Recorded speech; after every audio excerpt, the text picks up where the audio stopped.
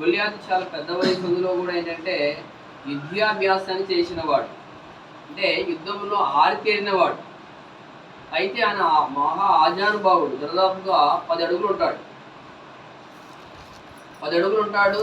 చాలా భారీ మనిషి చెప్పాలంటే, ఆ ఛాతీ చెప్పాలంటే ఆ యొక్క లాభం కానీ దావీదుని ఎత్తి పడేసే అటువంటి శక్తి ఆయనకు ఉంది. యుద్ధాన్ని బాగా చేసే వీరుడు. అలాంటి యుద్ధ వీరుడితోనే తలపడ్డాడు దావీదు గారు. ఎలా వచ్చింది ఆ ధైర్యం అంటే ఆయన చెప్తాడు.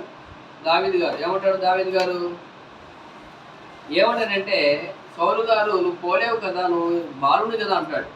అన్నప్పుడు దావీదు ఏమంటాడంటే, నేను మందం మేపుతున్నప్పుడు సింహము అలాగే ఎలుగుబంటి వచ్చినప్పుడు వాటి నోళ్ళ నుంచి వేసి నేను గొర్రెపిల్లను విడిపించాననే విధంగా ప్రస్తావిస్తూ ఉంటాడు. విడిపించాను. అలాగే అది ఎదురు వచ్చినప్పుడు ఏం చేశాను? మళ్ళీ తిరగబడినప్పుడు మోరగా చెప్పాలంటే దాన్ని చంపాడనే విషయాన్ని ఇక్కడ ప్రస్తావిస్తూ ఉంటాడు. ఎక్కడుంది లహరి? అది మనం చదివాం కదా. ఎవరు చెప్తారు? తులసి, మనం చదివాం కదా. దావీదు గొలియాతు వచ్చి ఏ పుస్తకంలో ఎక్కడ ఉన్నది?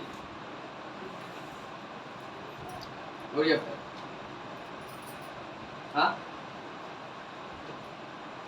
దావీదు గురించి అలాగే గొలియాతు గురించి ఏ పుస్తకంలో ఉన్నది? ఎన్నో అధ్యాయంలో ఉన్నది? అంతే కదా. బైబిల్ తరగతికి వచ్చాము పోయామని కాకుండా చెప్తారు. అత్తగారు మీరన్నా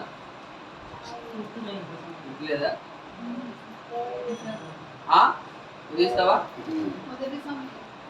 మొదటి సమయాలు. ఓకే, చెప్పకూడదు, ఎవరికి వాళ్ళు తీయాలి.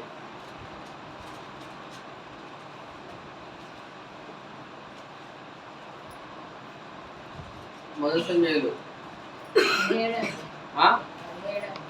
ఓకే, 17వ అధ్యాయం. Very good. జ్ఞాపకం ఒకసారి తులసి. మొదటి సమయాల గ్రంథం 17వ అధ్యాయంలో దావీదు గారి గురించి ఉంటుంది. అంటే అభిషేకం చేయబడింది దావీదు గారికి. దేవుడు ఆయన ఏర్పాటు చేసుకున్నాడు రాజుగా. ఇక్కడ యుద్ధం అయినటువంటిది. ఎవరెవరికి యుద్ధం? ఇక్కడ ఫిలిస్తీయులకు ఇజ్రాయేలీయులకు ఆ యొక్క యుద్ధం అయినటువంటిది జరుగుతూ ఉన్నది. ఆ సమయంలో గొలియాతు అన్న మాటలు ఏమిటి? 17వ అధ్యాయాన్ని ఒకసారి మనం చదివినప్పుడు 1వ వచనం నుంచి 4 వచనాలు చూడండి. ఇక్కడ 17వ అధ్యాయము 2వ వచనం చదివినప్పుడు, సౌలును ఇజ్రాయేలును కూడి వచ్చి ఏలా లోయలు దిగి ఫిలిస్తీయులకు ఎదురుగా యుద్ధ పంక్తులుగా తీర్చిది. 4వ వచనము, గాతు వాడైన గొలియాతును సూర్యుడొకడు ఫిలిస్తీయుల దండులో నుండి బయలుదేరుచుండెను. అతడు 6 మూల జానెడు ఎత్తు మనిషి. ఎత్తెంతట? 6 మూల జానెడు ఎత్తు మనిషి. అంటే ఒక మూల ఈజుకోళ్ళు 1.5 అడుగు. అప్పుడు ఎంత? 6 1/2 ఎంత? 6 1/2 ఎంత? 6 అర్ధాలు ఎంత? 3 9. చెప్పాలంటే 10 అడుగుల మనిషి. ఎవరు? గొలియాతు. ఆ గొలియాతు ఏమంటున్నారంటే, ఆయనకు చాలా, అంటే మొత్తం అంతా కూడా బాడీకి ధరించుకున్నటువంటి యుద్ధ వస్త్రాలు ఉంటాయి కదా, ఆయుధం ధరించుకొని వస్తూ ఉన్నాడు. వచ్చి ఏమంటున్నాడంటే 8వ వచనంలో, అతడు నిలిచి ఇజ్రాయేల్ దండుల వారిని పిలిచి ఏమన్నాడు ఆయన? అతడు నిలిచి ఇజ్రాయేలీల దండును వారిని పిలిచి, యుద్ధ పంక్తులు తీర్చుటకై మీరు ఎందుకు బయలుదేరి వచ్చితిరి? నేను ఫిలిస్తీయుని కానా? మీరు పౌలు దాసులు కారా? మీ పక్షముగా ఒకరిని ఏర్పరచుకొని అతను నా ఎదుగు పంపుడి. అతడు నాతో పోట్లాడి నన్ను చంపగలిగిన ఎల్లా మేము మీకు దాసులమగుదుము. నేనైతే జయించి చంపిన ఎల్లా మీరు మాకు దాసులై మాకు దాస్యము చేయుదురు అని చెప్పాడు. గొలియాతు ఏమన్నాడు ఇజ్రాయెల్ ప్రజలతో? మీరు ఎందుకు వస్తుంది యుద్ధానికి? అలా రావసరం లేదు. ఫిలిస్తీయుల పక్షాన్ని నేను ఒకనే వస్తాను, సౌలు పక్షాన్ని మీరు ఒకరు రండి, వచ్చి ఏం చేయాలి? మన ఇద్దరం కొడుకున్నాం అంతే. నేను చస్తే మీరు నన్ను చేయిస్తే మా వారు నీకు ఏమవుతారు? బానిసలు అవుతారు. మీరు చస్తే మీరు మాకు ఏం కావాలి? బానిసలు కావాలని చెప్పాడు. అంటే నేను చాలా ఆజానుభావుడుగా ఉన్నాడు కదా, యుద్ధం నేర్పరి. ఈ మాట చెప్పినప్పుడు ఇజ్రాయెల్ ప్రజలకు గుండెలు అయినటువంటిది కరిగిపోయింది. చెప్పాలంటే భయం వేసింది. ఎప్పుడు చూడండి 10వ వచనము, ఈ దినమున నేను ఇజ్రాయెల్ సైన్యమును తిరస్కరించుచున్నాను, ఒక నియమించిన ఎల్ల వాడును నేనును పోట్లాడదామని ఆ ఫిలిష్తీయుడు చెప్పుచూ వచ్చెను. సౌలును ఇజ్రాయెల్ అందరూ ఆ ఫిలిష్తీయుని మాటలు విన్నప్పుడు బహు సంతోషపడరి. అంతేనా? ఎవరంట? భీతులైరి. బహు భీతులైరి అంటే చాలా భయపడిపోయారు. ఏం చేశారంటే వాళ్ళు చాలా ఎక్కువ భయపడిపోయారు. ఎవరి మాటలకు? గొలియాతు మాటలకు భయపడిపోయారు. భయపడింది ఎవరు? రాజు భయపడిపోయాడు, సౌలు భయపడిపోయాడు, అలాగే ఆ సైనికులు కూడా భయపడిపోయారు. భయపడిపోయిన తర్వాత సౌలకు ప్రకటన చేస్తాడు. ఏమని అంటే, ఆ గొలియాతును చంపిన వానికి ఒకటి తన కూతుని ఇచ్చి వివాహం చేస్తాడు, రెండవది గొలియాతును చంపిన వాడికి ఏదైనా కొన్ని బహుమానాలను ప్రకటిస్తాడు. మీరు చదివినప్పుడు ఇక్కడ చెప్తున్నా చూడండి,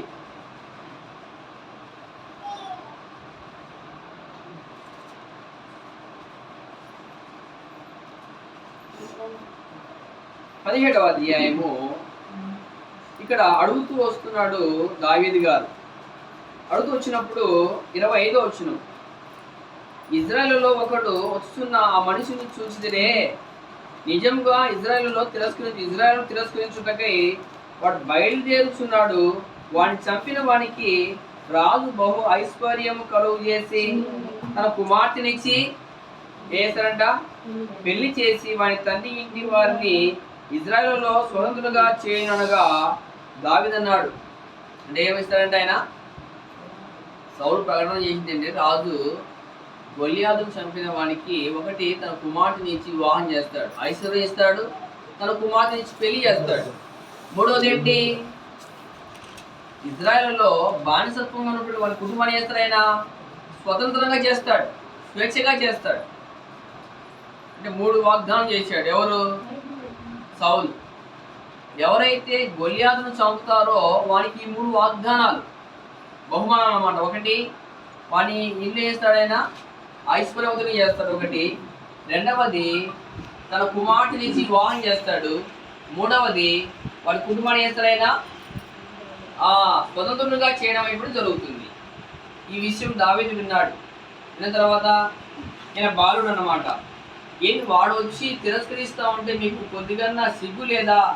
ఏంటి వాడు ఎదిరించేటువంటి ధైర్యం మీకు లేదనే విధంగా బాలుడు అంటున్నాడు ఈ మాట. ఎవరు? దావీదు గారు. ఇది ఎత్తు చూడండి, ఇక్కడ ఏమంటున్నాడంటే 32వ వచనం,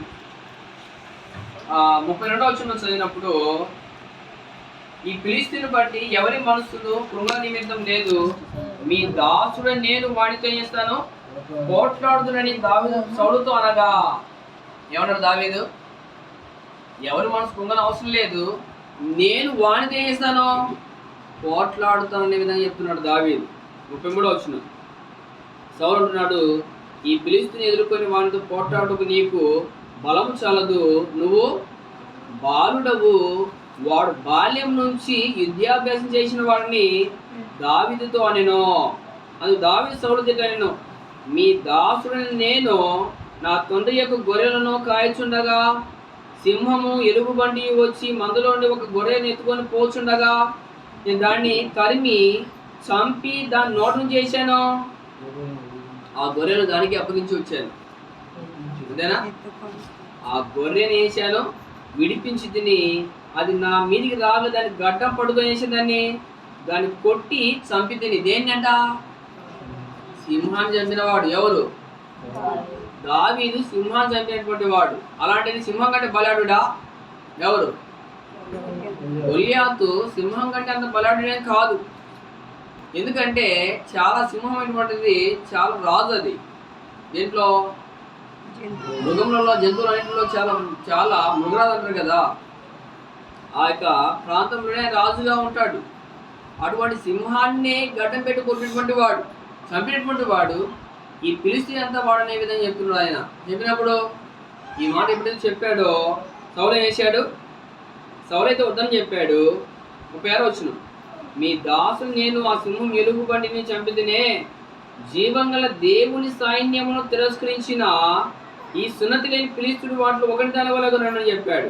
37 వచనం, సింహం యొక్క బలం నుండి, ఎలుగుబంటి యొక్క బలం నుండి నన్ను రక్షించిన యెహోవా ఈ ఫిలిష్తీయుని చేతిలో నుండి కూడా నన్ను విడిపించునని చెప్పెను. అందుకు సౌలు, పొమ్ము, యెహోవా నీకు తోడుగా ఉండునుగా కానీ దావీదుతో అనెను. ఇది చంపాను కదా, వాటి బలం నుంచే విడిపించాడు కదా దేవుడు, వీరి నుంచి కూడా ధర్మం చేస్తే దేవుడు విడిపిస్తానే విధంగా నమ్మకంతో చెప్తున్నాడు దావీదు. ఎందుకంటే ఒక చిన్న పిల్లవాడు అంత పెద్ద వానితో పోరాడడం అనేటువంటిది సాధ్యపడదు. అయితే ఈయనకు అవన్నీ వస్తూ ఉంటాయి కదా, శిరస్త్రాణము, డాలు, ఈ బాడీకి ధరించేటువంటి ఉంటుంది అనమాట, మొత్తం స్త్రీలు అంతా ఉంటాయి కదా, తొలగిస్తూ ఉంటే ఆయనకు వాడకలేదు. అంటే యుద్ధానికి పోవాలంటే ఏం చేయాలి? బల్లెం పట్టుకోవాలి, ఖడ్గం పట్టుకోవాలి, తర్వాత ఆ డాలు పట్టుకోవాలి, దీనికి కిరీటం ధరించుకోవాలి, ఆయుధం ఏం తోలకుండా, ఎటువంటి గాయపరచుకొని రాకుండా ఏం చేయాలి? మొత్తం ధరించుకోవాలి. అయితే అవి ఇస్తూ ఉంటే ఏం చేస్తాడు? ఆయన వద్దని చెప్పాడు. 38 వచనం, పిమ్మట సౌలు తన యుద్ధ వస్త్రమును దావీదునకు ధరింపజేసి రాజు శిరస్త్రాణం ఒకటి అతని కట్టి యుద్ధ కవచం తొడిగించెను. ఈ సామాగ్రి దావీదునకు వాడుక లేదు. ఏదంటే ఆయనకు వాడుక లేదు, అలవాటు లేదు. ఏమిటి? యుద్ధ వస్త్రాలు ధరించుకోవడంలో దావీదు అలవాటు లేదు. ఎందుకంటే వీటి మోయాలి కదా, అందులో ఇది వాడకలేదు. అయితే ఏం చేశాడు? గొల్లియాతును చంపటకు చాలా ఈజీ మార్గం ఎంచుకున్నాడు. ఎవరు? దావీదు. ఏం చేశాడు ఆయన? మనం చదివినప్పుడు 49 వచనం, 48 చదువుదాము. ఆ ఫిలిష్తీయుడు లేచి దావీదును కలిగటకై అతన్ని ఎదురుపోగా దావీదు వాని ఎదుర్కొంటకు సైన్యంతో త్వరగా పరిగెత్తుకొని పోయి తన సంచిలో చేయి వేసి అందులో నుండి రాయబడి తీసి వడిచులతో విసిరి ఆ ఫిలిష్తీయుని ఎదుట కొట్టెను. ఆ రాయి వాని నుదిలోకి వచ్చినందున వాడు ఏం చేశాడు? నేలన బోర్లో పడాడు. ఎప్పుడైతే కొట్టాడు ఏమైంది? పడిపోయాడు. పడిపోగానే దావీదు వెళ్ళి ఏం తెలుసా? 50 వచనం, దావీదు ఫిలిష్తీయుని కంటే బలాఢ్యుడై ఖడ్గం లేక వడిసెలతో రాతితో ఆ ఫిలిష్తీయుని కూడా చంపెను. వాడు బోర్ల పడగా దావీదు పరిగెత్తుకొని పోయి ఫిలిష్తీయుని మీద నిలుచుండి వాడి కత్తి వరదూసి దానితో వాడిని చంపేశాడు. వాడి తలను తగవేసెను. ఫిలిష్తీయులు తమ సూర్యుడు చూసి పారిపోయేది. ఏమైందట? మీరు చూడండి, బాలుడు అంత పెద్ద మహా అజానుభావుడు చేశాడు ఆయన. దేని బట్టి ఇది జరిగిందంటే, దావీదు బాలుడు కావచ్చు, వయసు చిన్నవాడు కావచ్చు, శక్తి లేకపోవచ్చు, కానీ తన వెనుకున్నది ఎవరు? ఆ దేవుడు ఉన్నాడు కాబట్టి ఆ యుద్ధాన్ని చేయగలిగాడు, ఆ గొల్లియాతును చంపగలిగాడు. అంటే ఇక్కడ మనం గమనించేటువంటి ఇందులో పాయింట్ ఏంటంటే, దావీదే ఒక శత్రువును జయించినప్పుడు దేవుడు మనకు సహాయం చేస్తే మనం కూడా సాతాను ఏం చేయగలం? మనము జయించగలం. అంతే కదా. ఇప్పుడు మనం ఓడిపోయాం అనుకో, సాతాను మనం ఏం చేస్తారు? ఆయన ఏలుబడి చేస్తారు. అంతే కదా. మనకు దేవుడు సహాయం చేస్తాడనే ఉద్దేశం మనం ఆలోచన మర్చిపోయి రోజు ఒక పాపం చేసుకుంటూ ముందుకు వెళ్తాను తప్ప సాతానుతో మనం ఏం చేయలేకపోతున్నాము? యుద్ధాన్ని మనం చేయలేకపోతున్నాం. సాతానుతో ఏం చేయలేకపోతున్నాము? సాతాను చిన్న చూడమంటే చూస్తూ ఉన్నాం. అంతే కదా. చెడు మాట్లాడమంటే మాట్లాడుతున్నాం. అంటే ఏ పాపం చేయమంటే ఆ పాపం చేస్తూనే ఉన్నాం. ఎందుకంటే మనం సాతాను ఎదిరించలేకపోతున్నాం. మనం సాతాను ఏం చేయలేకపోతున్నాము? ఎదిరించలేక పాపాన్ని చేసుకుంటూ పోతున్నాం తప్ప సాతాను విధించేటువంటి బలం మనము పొందుకోలేదు. బలం ఎప్పుడు వస్తుంది, ఎలా వస్తుంది చెప్పండి? బలం ఎలా వస్తుంది, ధైర్యం ఎలా వస్తుంది అంటే మనం చూసాం. బలం బట్టి బలం ఎలా వస్తుంది, బలం ఎలా వస్తుంది? దేవుని మీద ఉన్నటువంటి నమ్మకం చేత, లేక విశ్వాసాన్ని బట్టి. విశ్వాసం ఎలా వస్తుంది? వినుట వల్ల. ఏ వింటే వస్తుంది? వాక్యం. వాక్యం ఎప్పుడు వినాలి మరి? అన్నీ మాకు తెలుసు కానీ వాక్యం వినేది లేదు, సచ్చింది లేదు. నిజంగా వాక్యం వినేది లేదు, సచ్చింది లేదు. మీరు చూడండి ఎలా ఉందో పరిస్థితి. ఎలా మనం గెలుస్తాము అపవాదిని? అపవాది మనం గెలవాలంటే మనం వాక్యానికి వినాలి. వాక్యం ఎప్పుడైతే వింటామో విశ్వాసం మనకు వస్తుంది. విశ్వాసం ఎప్పుడైతే వస్తుందో బలం మనకు వస్తుంది. బలం ఎప్పుడైతే ఉంటుందో ధైర్యం మనకు వస్తుంది. ధైర్యం ఎప్పుడైతే మనకు ఉంటుందో సాతాన్ని జయించే అవకాశం మనకు ఉంటుంది. మనం ఏం చేయట్లే? వాక్యం చదవట్లేదు, వాక్యం వినట్లేదు. అందుకే మనకేం లేదు, ధైర్యం లేదు. ఏముంది తెలుసా? పిరికితనం ఉంది. ధైర్యం బదులు ఏముంది మనకు? పిరికితనం ఉంది.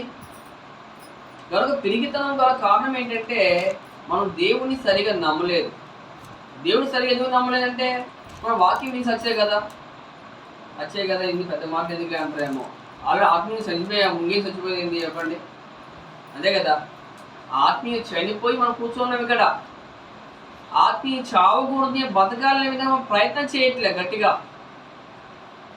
బాలుడైనా సరే దావీదు గారు అంతమంది వాళ్ళ అన్నలు కూడా ఉన్నారు, కానీ దావీదు మాత్రము గొల్యాతుకు భయపడకుండా గొల్యాతును చంపి వచ్చినటువంటి మొనగాడు ఆయన. మనకైతే అమ్మ వాడా వద్దు స్వామి అని భయపడి మనం వస్తున్నాం తప్ప, కానీ మనం వెనుకున్నటువంటి శక్తిగా దేవుడికి ఆయన ఉన్నాడు కదా. ఆయన మనం ఏం చేయలేకపోతున్నాము, నమ్మలేకపోతున్నాం, ఆశ్రయించలేకపోతున్నాం, ఆధారపడలేకపోతున్నాం. అందుకనే పాపాన్ని చేసుకుంటూ పోతున్నాం. పాపం చేస్తున్నాం తప్ప దేవుడు మనం గెలిపించాలి. చెప్పాలంటే మన బట్టి దేవుడు ఓడిపోతూనే ఉన్నాడు. మనం ఎవరు గెలిపిస్తున్నాము? సాతాను గెలిపిస్తున్నాం. అంతే. చూడండి, సాతాను మనం గెలిపిస్తున్నాం తప్ప దేవుని గెలిపించట్లే. కానీ యోబు మాత్రం దేవుడు గెలిపించాడు. యోబు అయితే సాతాను ఓడించాడు, దేవుడు గెలిపించాడు. ఓ రోజు వెళ్ళాడు అపవాది దేవుని దగ్గరికి. వెళ్ళి ఏం చేశాడు? దేవుడు మాట్లాడాడు అపవాదితో. ఎవరి గురించి? యోబుని గురించి మాట్లాడినప్పుడు అతను ఎలాంటి వాడు, అతను బాగున్నాడు కదా అన్నప్పుడు ఏమన్నాడు సాతాను? ఆస్తి తీసివేయి, యోబు ఖచ్చితంగా నేను వేస్తాడు, ఖచ్చితంగా తిట్టేసి వెళ్ళిపోతాడు అని చెప్పాడు. చెప్తే ఏమన్నాడు దేవుడు? పర్మిషన్ ఇచ్చాడు, ఆస్తి తీసేసాడు, పిల్లలు కూడా పోయారు. కానీ ఏమన్నాడు ఆయన? దేవుడు ఇచ్చాడు, దేవుడు తీసుకెళ్ళి చెప్పాడు ఆయన. దేవుని ఏమాత్రం ఇవ్వలేదు, ఆయన పెట్టలేదు. తర్వాత మళ్ళీ వెళ్ళాడు. వెళ్ళిన తర్వాత మళ్ళీ పర్మిషన్ ఇచ్చాడు. దీని మీద ఆరోగ్యం తీసేయి, తర్వాత నీకు తిట్టకపోతే చూడని చెప్పాడు అపవాది. కానీ వెళ్ళి మళ్ళీ ఏం చేశాడు అపవాది? ఆరోగ్యం కూడా తీసేసాడు.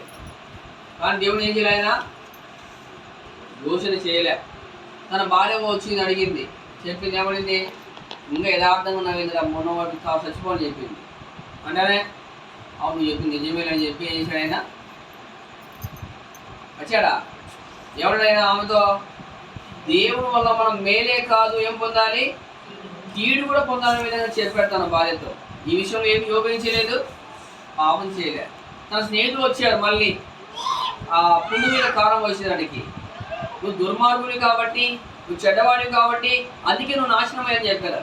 చెప్తే లేదు, దాన్ని బట్టి నాశనం కాలేదు యోగు. అంటే దేవుడు గెలిపించుకుంటూ వచ్చాడు తప్ప యోగు దేవుని ఎక్కడ కూడా ఏం చేయలేదైనా దూషణ లేక ఓడించలేదు దేవుని ఎక్కడ కూడా. మనమైతే ఎన్నిసార్లు ఓడిస్తున్నాం మనం దేవుణ్ణి? ఆలోచనలో, అసూయ చేత, మోహం చూపు చేత, చెడ్డ ఆలోచన చేత, ఆడే అబద్ధాల చేత, నేను చెప్పాలంటే అన్యాయం చేత, అసూయ చేత, అక్రమం చేత, రకరకాల పాపం చేత మనం దేవుని ఏం చేస్తున్నామంటే ఓడించుకుంటూనే వస్తున్నాం. దానికి కారణం ఏంటంటే మన దగ్గర ఏం లేదు, ధైర్యం లేదు. ధైర్యం ఎందుకు లేదంటే బలం లేదు. బలం ఎందుకు లేదంటే విశ్వాసం లేదు. విశ్వాసం ఎందుకు లేదంటే వాక్యం వినట్లే. వాక్యం ఎందుకు వినట్లేదంటే సమయం తీసుకెళ్ళి అపవాదిస్తున్నప్పుడు ఏం వాక్యం వింటావు? అందుకే మన సమయానికి వచ్చింది ఇక్కడికి కన్నా. కనుక చెప్పాలంటే మనం బట్టి దేవుడు రోజు ఓడిపోతున్నాడు అపవాది దగ్గర, రోజు చెప్పాలంటే. కానీ యేసు ప్రభు అయితే తనే దేవుడు గెలిపించుకుంటూ వచ్చాడు. చూడండి, యేసు ప్రభు అయితే తనని ఎక్కడ కూడా ఏం చేయలేదైనా ఓడించలే. సావు కూడా ముందుకు వెళ్ళాడు కానీ యేసు ప్రభు ఎక్కడ కూడా ఏం చేయలేదు, తండ్రిని ఓడిపించలేదు. శిలువ ఎక్కడ కూడా ఏం చేశాడు, ఆయన సిద్ధపడ్డాడు. ఆయన అన్నాడు ప్రార్థన చేసిన 3 సార్లు. యేసు ప్రభు ప్రార్థన చేసిన 3 సార్లు ఏమన్నాడు ఆయన? కానీ సిద్ధమైతే ఈ పాత్ర నా దగ్గర తీసేయని చెప్పాడు. కానీ మళ్ళీ ఏమన్నాడు ఆయన? ఈ చిత్తమే సిద్ధించును గాక, ఈ చిత్తమే జరుగుగానే వెళ్ళిపోయాడు ఆయన శిలువ మరణానికి. అంటే తండ్రిని ఎక్కడ కూడా ఏం చేయలేదు, ఓడించలేదు ఆయన. తన చావు కూడా ఏం చేయలేదు, ఆయన అనంగా పెట్టేసాడు తండ్రి. దేవుడు కూడా, దేవుడికి ఇష్టమైంది ఏంటి? ఆయన చావాలి. అంటే యేసు ప్రభుని గెలిపించాడు. మనమైతే యేసు ప్రభు వెంబడిస్తున్నాం కానీ యేసు ప్రభు లాగా ఆ యొక్క అపవాదం మనం ఏం చేయలేకపోతున్నాము, ఓడించలేకపోతున్నాము. మీరు చూడండి ఎన్ని శ్రమలు వచ్చాయో. చివరికి తిట్టారు, ఒక దొంగ వచ్చి ఏలం చేశాడు. మీరు చూడండి, ఏలం చేస్తే ఎవరు కూడా తట్టుకోలేదు. ఏలం చేస్తే పట్టుకోలేరు కూడా.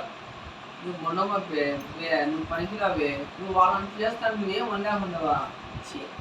నేనైతే నా అంటారా ఏమవుతుంది మనకు? వెంటనే సుర్రు అంటుంది ఒక వెంటనే. ఏంది నువ్వు కాదు, నేను వాడు మాట్లాడాను, నువ్వు ఒక మాట కూడా అనలేకున్నావా? తుడుచుకొచ్చాను తుడుచుకొచ్చాను తప్ప నువ్వు ఒక్క మాట కూడా అనలేవు అంటేనే ఎందుకో నేను అంటే మనకు వస్తుంది లోపల నుంచి బయటికి అపవాది వస్తాడు. వచ్చి ఏమవుతుంది, రారా ముందు నేను తెలుసుకుందాం ఆయన అంటాను. కానీ యేసు ప్రభువును ఆ మొదటి దొంగ తిడతా ఉన్నా కూడా ఏమలేదు, యేసు ప్రభు నోరేమాత్రం చెప్పలేదు. కానీ యేసు ప్రభు తన దేవుని గెలిపించుకుంటూ వచ్చాడు ఆయన. అందుకే అన్నాడు, ఈయన నా ప్రియ కుమారుడు, ఈయన నేను చేస్తున్నాను ఆనందిస్తున్నాను అని చెప్పాడు. మీరు చూడండి, దరిదాపుగా పిలాతు దగ్గరికి వెళ్ళినప్పుడు కూడా అన్నాడు, నువ్వు రాజు అని అడిగాడు పిలాతు. అంటానే ఏమన్నా యేసు ప్రభు ధైర్యంతో అని చెప్పాడు. మొదటి నేను రాజుని చెప్పాడు. నువ్వు అన్నట్టుగానే కదలేదు కదా, భయపడలేదు.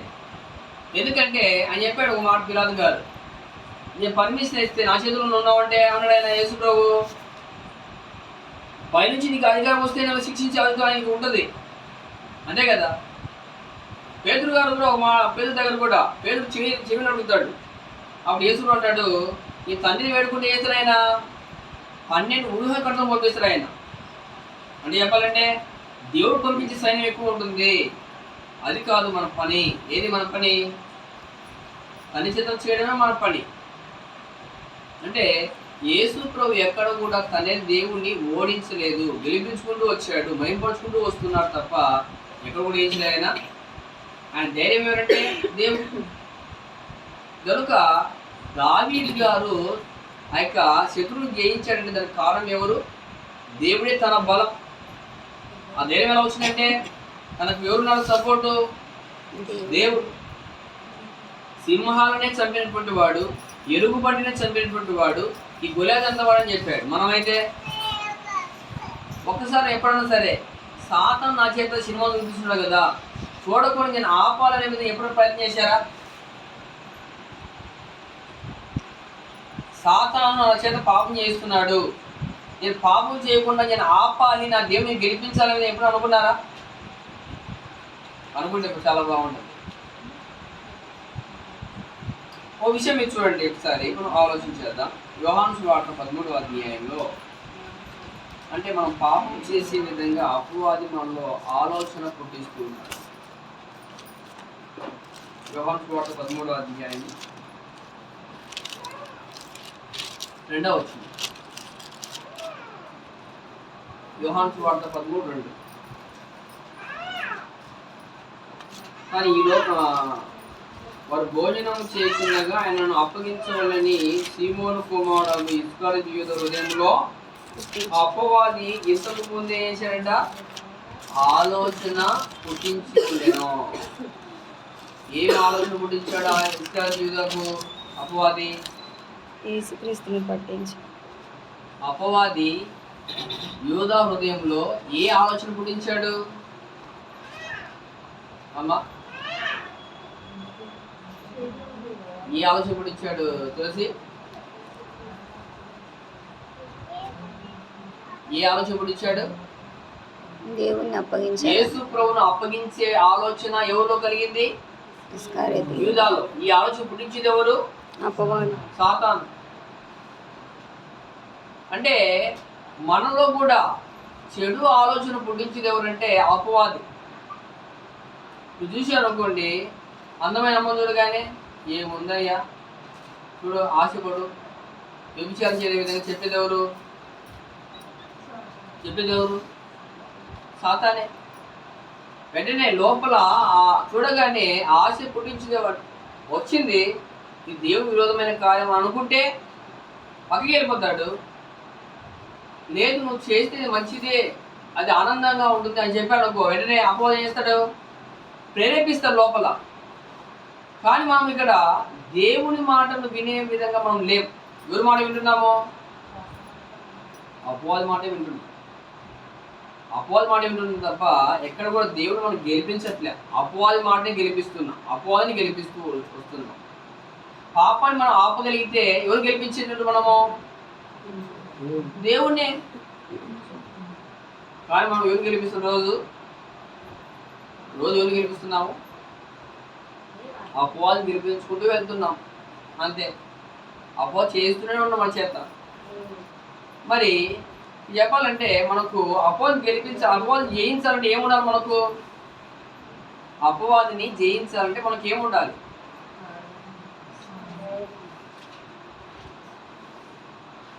చూడండి, ఎఫెసీ పత్రిక 6వ అధ్యాయంలో అపవాదిని జయించాలంటే మనకి ఏముండాలంటే కొన్ని ఆయుధాలు ఉండాలి. ఆయుధాలు ఉంటే ఈజీ జయించే అవకాశం ఉంటుంది. ఎఫెసీ పత్రిక 6వ అధ్యాయం 10 నుంచి 18 వరకు మనం చదివినప్పుడు అక్కడ చెప్తూ ఉంటాడు. అదే వచ్చింది, తుదకు ప్రభు యొక్క మహాశక్తిని బట్టి ఆయన ఏం చేయాలి? బలవంతులయ్యుడి. అది కూడా వచ్చింది, మీరు అపవాది తంత్రము ఎదిరించుటకు శక్తిమంతులు నుండి దేవుడు సర్వాంగ ఏం చేయాలంట? ధరించుకునుడి. సర్వాంగ కవచం ఏం చేయాలంట? అపవాది యొక్క తంత్రాలు మనం ఆపాలంటే, ఎదిరించాలంటే ఏం చేయాలంట? సర్వాంగ కవచం ధరించుకో. ఇప్పుడు దావీదు ఆయన ఎదిరించడానికి గల కారణం ఏంటి? ఆయన దేవునికి శక్తి. మనం అపవాది ఎదిరించలేకపోతున్నాం అంటే కారణం ఏంటి? మనటువంటి బలహీనత. ఆయనైతే బలం ఉంది, మనలో అయితే ఏం లేదు, బలం లేదు. ఏముంది మనలో? బలహీనత ఉంది, అంతే.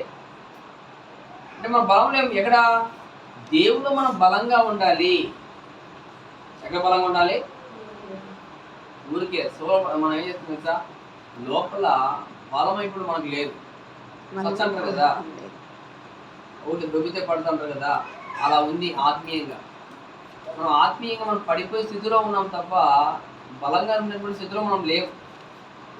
ఎందుకంటే మనలో ఏం లేదంటే లోపల విశ్వాసం మనకు లేదు.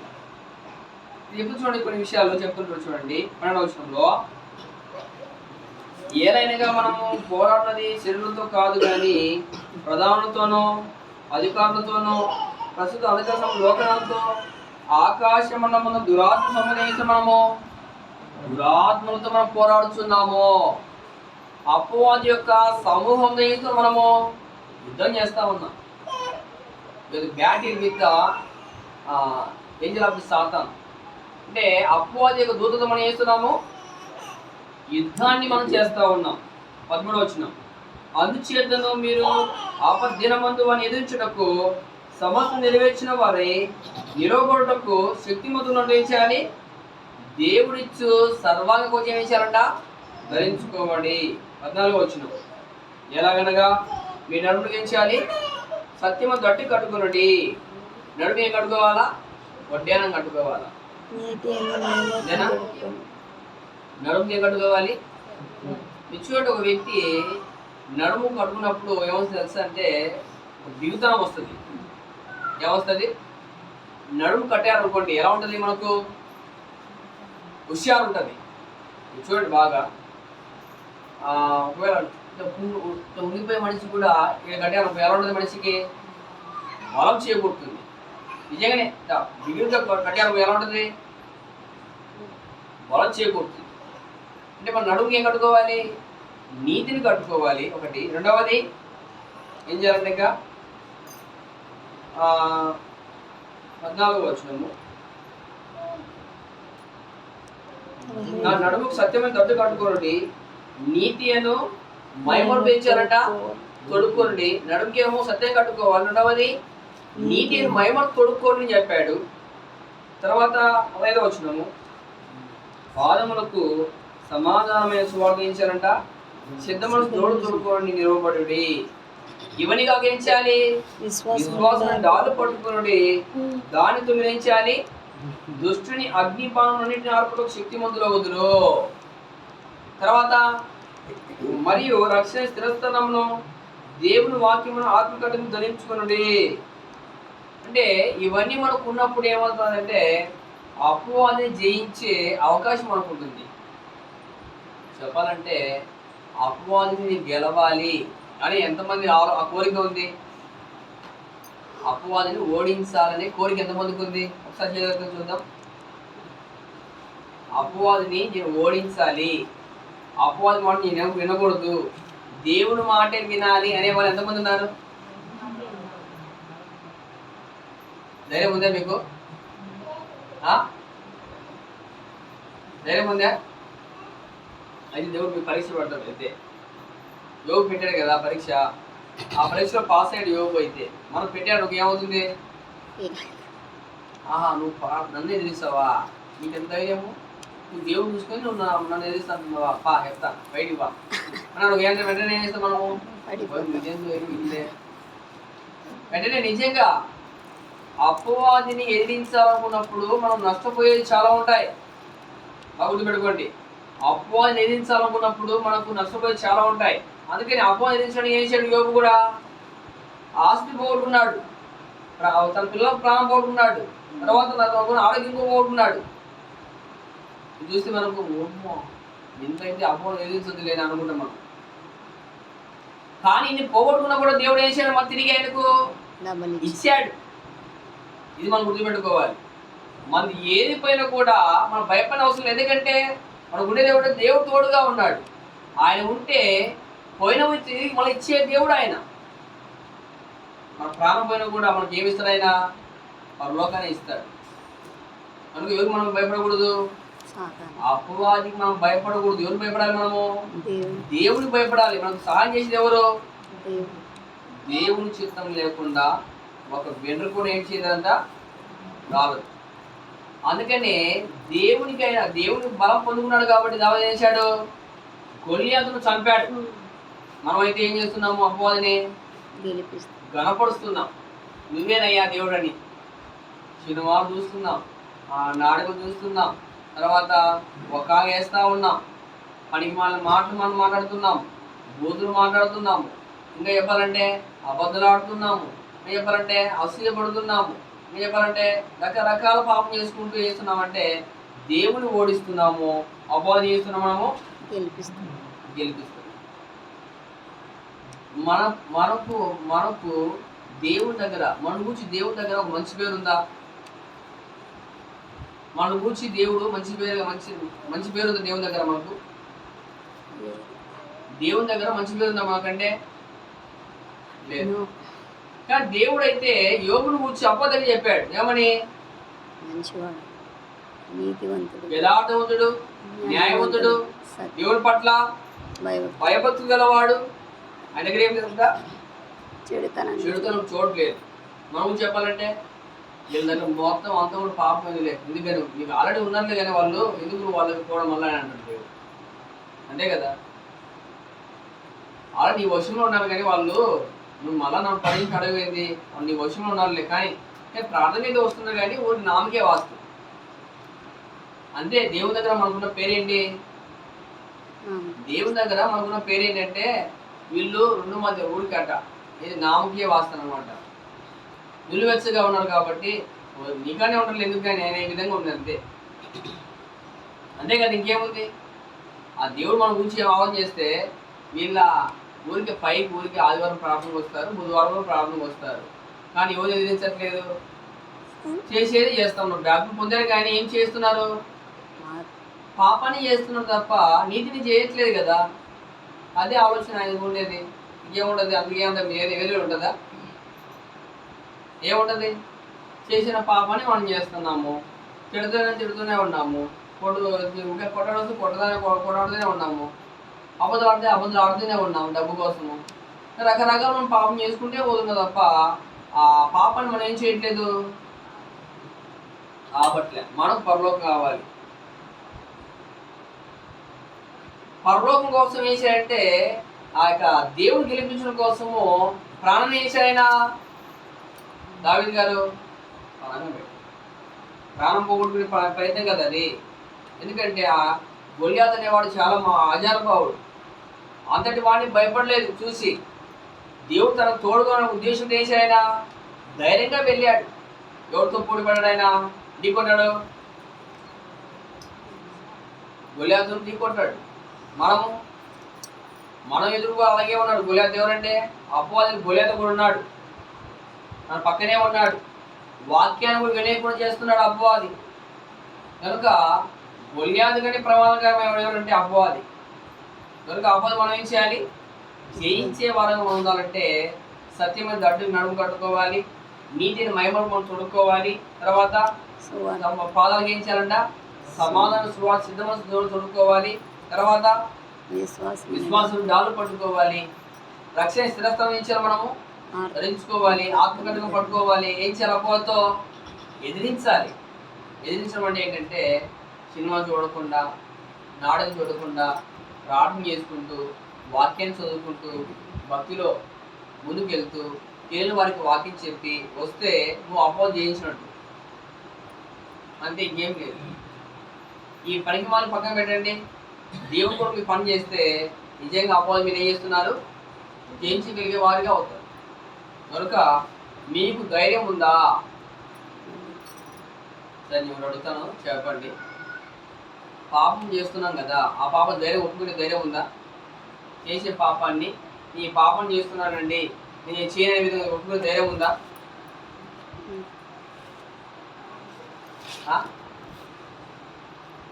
ఒకటి ఉంటుంది అనమాట, ట్రూత్ అండ్ డేర్ అని. ట్రూత్ అండ్ డేర్ ఇప్పుడు చెప్పామనుకోండి, ఏది ఎంచుకుంటారు మీరు? ఎంతమంది సత్యం చెప్తారు? ఒకసారి సత్యాన్ని చెప్పేవాళ్ళు, నిజం చెప్పేవాళ్ళు ఎంతమంది ఉన్నారు? మీతో చెప్పలేరా? ధైర్యం ఎంతమందికి ఉంది? ధైర్యం ధైర్యం ఉంటే ఈజీ సత్యం చెప్తారు.